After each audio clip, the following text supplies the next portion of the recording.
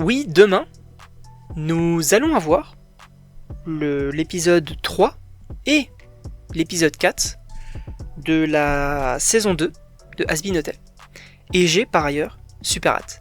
Puis évidemment, bonjour à toutes et à tous, je suis très content de retrouver pour une nouvelle vidéo. Sachez que oui, dans cette vidéo-là, on avait déjà fait du coup la critique des épisodes 1 et 2, donc n'hésitez pas à aller la voir si vous en avez envie.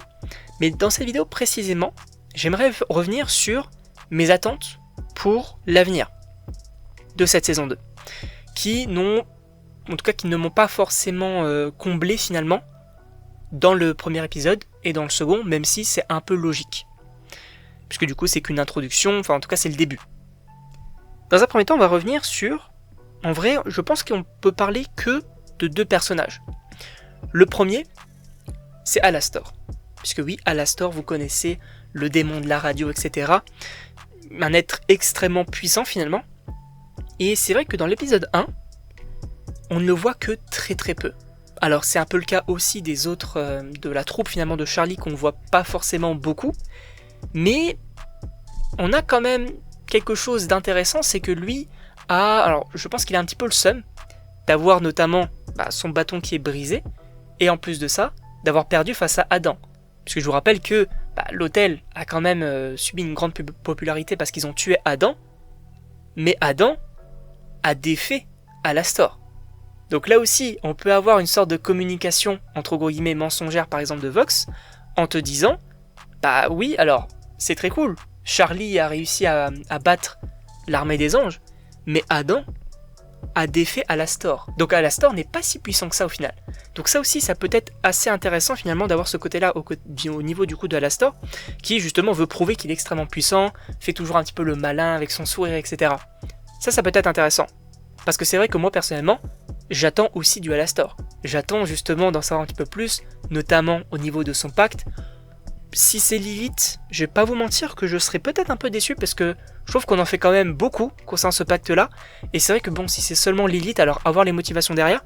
Mais si c'est pas un truc de fou, je serais peut-être un petit peu déçu. Mais avoir en tout cas donc concernant ce personnage-là, que j'attends du coup beaucoup. Et ensuite on va parler de Vox. Puisque oui, Vox, c'est du coup l'antagoniste de cette saison 2, et pour le moment, je dois dire que pour le moment, je le trouve pas trop menaçant. Alors, ça ne veut pas dire qu'il ne le sera pas, je le précise, mais pour moi, et je pense que ça sera le cas, j'aimerais du coup qu'il gagne en prestance, donc en recrutant du coup son armée ou sa secte, comme il le dit, et en plus de ça, qui montre un petit peu sa puissance, puisque c'est vrai que, alors oui, il est menaçant notamment au côté médiatique, et d'ailleurs c'est hyper intéressant, mais à part ça, je le trouve pas forcément trop menaçant, bien évidemment, selon du coup le trailer de la saison 2 qui avait été dévoilé, ça va venir. On voit à un moment donné où il maltraite un petit peu Angel, bon, ça va venir je pense. Et j'ai d'ailleurs super hâte d'avoir un petit peu plus de Vox, que ce soit un peu plus menaçant de son côté, qu'il soit un petit peu plus menaçant tout simplement, sachant que j'aimerais aussi, et ça je pense que c'est quelque chose pour moi qui est hyper intéressant, qu'il ait de véritables motivations, parce que là c'est vrai que il veut juste gagner du pouvoir pour gagner du pouvoir et pour prouver qu'il est le meilleur, ok, mais contrairement par exemple à Lutte, qu'on a vu dans l'épisode 2, elle a de véritables motivations. Alors c'est une sorte de vengeance, etc. C'est un peu classique, mais ça fonctionne. Là où Vox, j'aimerais quand même qu'on évoque un peu alors soit son passé pour justement expliquer ses motivations, soit du coup qu'il les explique lui-même de façon assez claire finalement. Et ça j'aimerais bien. En tout cas je sais pas ce que vous en pensez, évidemment n'hésitez pas à me le dire dans les commentaires.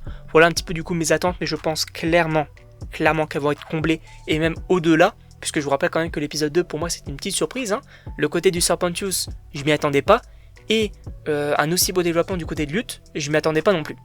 En tout cas, donc évidemment, n'hésitez pas également donc à vous abonner, et donc on se retrouve pour une prochaine vidéo.